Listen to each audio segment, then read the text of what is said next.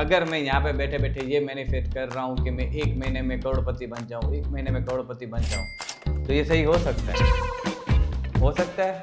He is just player की science भी कह रही है मैनिफेस्टेशन काम कर रहा है। मैं नहीं मानता। इन दिस पोस्टकास्ट ये स्टेटमेंट एक डॉक्टर ने मुंह से आई थी।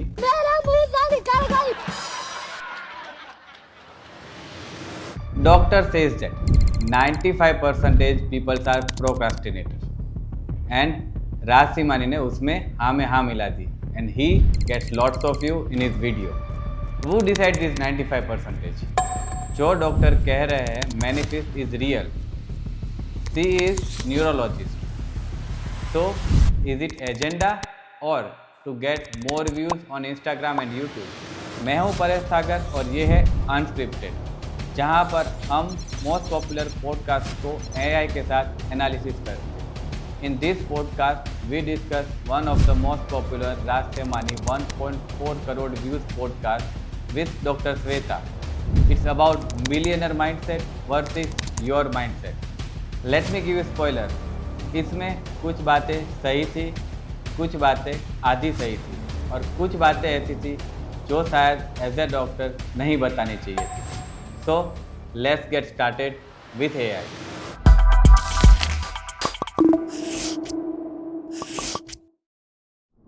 Okay, so let's start with our first claim. Doctor Shweta ने एक फ्रेमवर्क दिया. It's called movers. M for medication, O for oxygenation, V for visualization, E for exercise, R for reading and S for screaming. हर चीज में 5-5 minute the, total 30 minute. And your morning is just like billionaire. पैसा ही पैसा होगा। Let's ask to AI what he think about it. चलो भाई। Hey AI, how are you? मैं बढ़िया हूँ, तुम कैसे हो? आज के लिए काफी इंटरेस्टिंग टॉपिक सुना है, तो शुरू करें? अबे जल्दी बोल, कल सुबह पनवेल निकलना है। डॉक्टर श्वेता ने मूवर्स फ्रेमवर्क के बारे में बताया था, तो आपको क्या लगता है? बिल्कुल, मूवर्स फ्रेमवर्क एक स्मार्ट रूटीन है। Meditation, breath work, visualization, exercise, ये सब मिलके ना सिर्फ ब्रेन को काम और शार्प करते हैं, बल्कि स्ट्रेस भी कम होता है। तो अगर डेली 5-5 मिनट भी करते हो, ये ब्रेन परफॉर्मेंस और वेलबींग दोनों के लिए गोल्ड है। Okay, thank you. तो वर्डिक्ट, फ्रेमवर्क तो यूजफुल है, एआई भी यही कह रहा है, लेकिन एक्रोनियम की पैकेजिंग में एक जेन्युइन प्रैक्टिस को हैक जैसे बना दिया गया है। ये साइंस बैकएंड लाइफस्टाइल एडवाइस है, ना ही के neuroscience breakthrough. Okay, second question था पियानो ट्रैप स्टडी विजुअलाइजेशन पे। ये पॉइंट मेरे लिए थोड़ा इंप्रेसिंग था और मैं पहली बार में ये सुन के मैं काफ़ी इंप्रेस हुआ था। बट एक स्टडी में पियानो प्लेयर को 2 ग्रुप थे, एक फिजिकली प्रैक्टिस कर रहा था, दूसरा सिर्फ इमेजिन कर रहा था।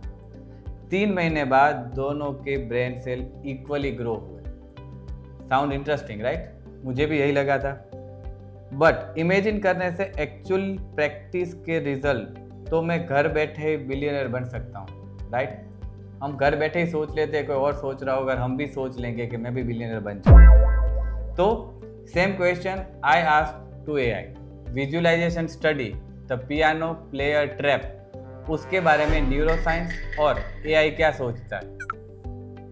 विजुअलाइजेशन का न्यूरोसाइंस ये कहता है कि जब आप सिर्फ इमेजिन भी करते हो, तो आपके ब्रेन सर्किट्स वैसे ही एक्टिवेट होते हैं जैसे एक्चुअल प्रैक्टिस में। इसलिए पियानो प्लेयर्स की स्टडी में मेंटली रिहर्स करने वाले प्लेयर्स की ब्रेन ग्रोथ भी ऑलमोस्ट सेम थी जैसे एक्चुअल प्रैक्टिस करने वालों की। एआई के एंगल से देखें तो एआई भी सिमुलेशन में लर्न करता है, तो ह्यूमन ब्रेन और एआई दोनों के लिए इमेजिनेशन का पावर रियल एक्शन के जितना ही स्ट्रांग है। ओके, तो इसका मतलब अगर मैं घर बैठे इमेजिन कर रहा हूँ कि मैं बिलियनर बन सकता हूँ, तो क्या ये पॉसिबल है? सिर्फ इमेजिन करना ही काफी नहीं है, पर विजुअलाइजेशन एक स्ट्रांग टूल है। जब आप क्लियर पिक्चर बनाते हो अपने गोल्स की, आपका ब्रेन उस डायरेक्शन में प्राइम हो जाता है, आपकी मोटिवेशन, एक्शन और रेजिलियंस बेटर होती है। तो हाँ, इमेजिनेशन प्लस एक्शन का कॉम्बो पावरफुल है। Okay, thank you. तो ये आंसर सुन के ये तो सही है कि विजुअलाइजेशन का पावर है, बात तो सही है। लेकिन मैं घर बैठे बैठे बिलियनर बारे में सोच के मैं बिलियनर नहीं बन सकता। वैसे ही अगर मैं कुछ प्रिपरेशन कर रहा हूँ और उसका विजुअलाइजेशन कर रहा हूँ तो मैं सक्सेसफुल ज़रूर हो सकता हूँ। अब ये सेगमेंट एक इम्पोर्टेंट है, ध्यान से सुनना। डॉक्टर श्वेता ने पॉडकास्ट में क्लियरली कहा मैनिफेस्टेशन बिल्कुल रियल है। हाँ, बिल्कुल रियल है। अच्छा, एवरीथिंग इज ऑल हियर। तुम्हारा माइंड और ब्रेन ये सब कुछ है। ये स्टेटमेंट एक डॉक्टर ने मुंह से आई थी, एक न्यूरोसाइंस एक्सपर्ट के मुंह से, और ऑडियंस ने इसे वैलिडेट कर दिया कि साइंस भी कह रही है मैनिफेस्टेशन काम कर रहा है। मैं नहीं मानता। इसका मतलब अगर मैं यहाँ पे बैठे बैठे ये मैनिफेस्ट कर रहा हूँ कि मैं 1 महीने में करोड़पति बन जाऊँ, 1 महीने में करोड़पति बन जाऊँ, तो ये सही हो सकता है? हो सकता है? मेरे हिसाब से यहाँ पे क्लैरिफिकेशन की कमी थी। मैनिफेस्टेशन के 2 रूप हो सकते हैं। पहला, visualization plus action plus persistence. ये रिसर्च बैकएंड है। तुम अपना गोल क्लियरली इमेजिन करते हो, प्लानिंग करते हो, मेहनत करते हो, चांसेस बढ़ते हैं। ये साइकोलॉजी है और बेसिक स्टफ है। और दूसरा, लॉ ऑफ अट्रैक्शन वाला मैनिफेस्टेशन। यूनिवर्स से सिग्नल भेजो, एनर्जी मैच करो, पैसा खुद आ जाएगा। ये मेटाफिजिकली क्लेम है, इसका 0 साइंटिफिक एविडेंस है। मतलब अभी जैसे मैंने कहा, अगर यहाँ पे बैठ के सिर्फ मैं मेडिटेशन कर रहा हूँ कि मैं करोड़पति बन जाऊँ अगले महीने, तो it's not possible. Let's see AI का टेक क्या है उसमें। Doctor says that manifestation is real. What AI think about it? AI का पर्सपेक्टिव ये है कि मैनिफेस्टेशन तब रियल होता है जब आपका माइंडसेट, फोकस और एक्शन अलाइन हो।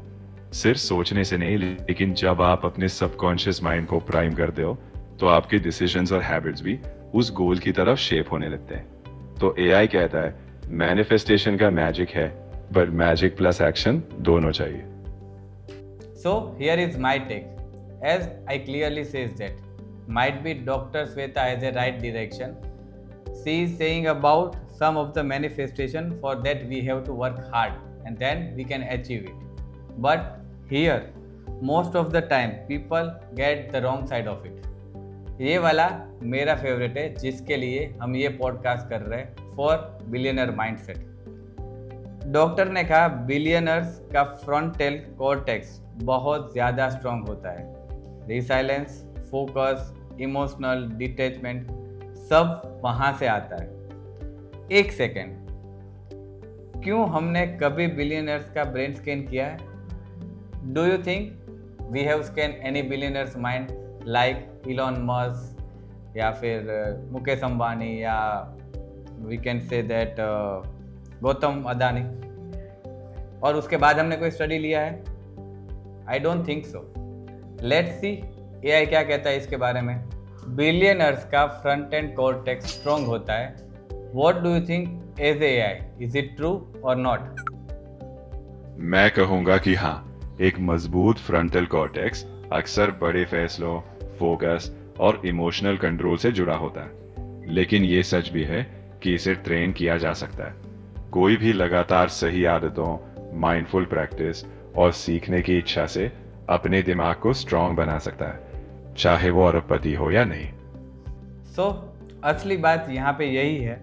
डिसिप्लिन लोग, फोकस लोग, रिसाइलेंट लोग सब हाई परफॉर्मर्स बनाते हैं। Athlete, scientist, artist, surgeon, billionaire काम करने के एक तरीके, डिसिप्लिन से, ब्रेन की एक कैटेगरी से नहीं। तो अगली बंदी तुम्हें बोले बिलियनर्स का ब्रेन अलग होता है, तो पूछ लो कौन सी स्टडी में है। अब तक हमने 3 चीज़ें क्रिटिसाइज की, या माइट भी हम एग्री हुए, थोड़े डिसएग्री हुए, बट अनस्क्रिप्टेड का रूल है, अगर कुछ अच्छी बात है तो उसे एडमायर ज़रूर करो। So the next one, I really admire it and also personally I use it. Doctor ने कहा एंगर या स्ट्रेस के मोमेंट में एमिगडाला 13 सेकंड में हाईजैक कर लेता है। What it is? 13 सेकंड में अगर तुम 100 से उल्टी गिनती गिनना शुरू करो, मतलब 100, 99, 98, तो एंगर फिजिकली डिफ्यूज हो सकता है। लेट्स सी एआई का क्या टेक है इसमें। Okay, next question, what do you think about 13 second amygdala hack? Control. ये वाला ट्राई करना चाहिए या नहीं करना चाहिए? मैं कहूंगा जरूर ट्राई करना चाहिए। 13 सेकंड का अमिगडाला है एक आसान और असरदार तरीका है। इससे आप गुस्से या स्ट्रेस के बीच में ठहर कर ज्यादा समझदारी से रिस्पॉन्ड कर सकते हैं। तो अगर कभी लगे कि इमोशन हावी हो रहा है, ये छोटा स्टेप आपको शांत और कंट्रोल में रखेगा। सो अगली बार अगर आपके बॉस पे गुस्सा है या ट्रैफिक सिग्नल पे स्टक हो जाओ या आपकी गर्लफ्रेंड आप पे गुस्सा कर रही है, try this once. I have already tried, अच्छा। Might be it will help you. तो राज सिमानी का ये पॉडकास्ट मेरे फाइनल वर्डिक्ट। कुछ अच्छी चीज़ें जो काफ़ी सही थी। डॉक्टर श्वेता ने meditation, breath work, deep sleep की importance mainstream India audience तक पहुंचाई, वो भी हमारी खुद की लैंग्वेज में। एज ए न्यूरोसाइंस ये जेन्युइनली वैल्यूएबल था। कुछ प्रॉब्लमेटिक सेंटेंस थे, मैनिफेस्ट रियल है जैसे स्टेटमेंट जो एक डॉक्टर कह रहा है। स्टडीज का कंटेस्ट ट्विक करके सर्व करना और हर चीज़ को एक्रोनियम और फ्रेमवर्क में कन्वर्ट करने की टेंडेंसी जो मुझे थोड़ी प्रॉब्लमेटिक लगी। सो मेरा ये ऑनेस्ट टेक मिल रहा है कि 70% पॉडकास्ट जो था वो काफ़ी यूजफुल था। 30% कहीं मुझे लगा परफॉर्मेंस मार्केटिंग थी कहीं पे ऐसी।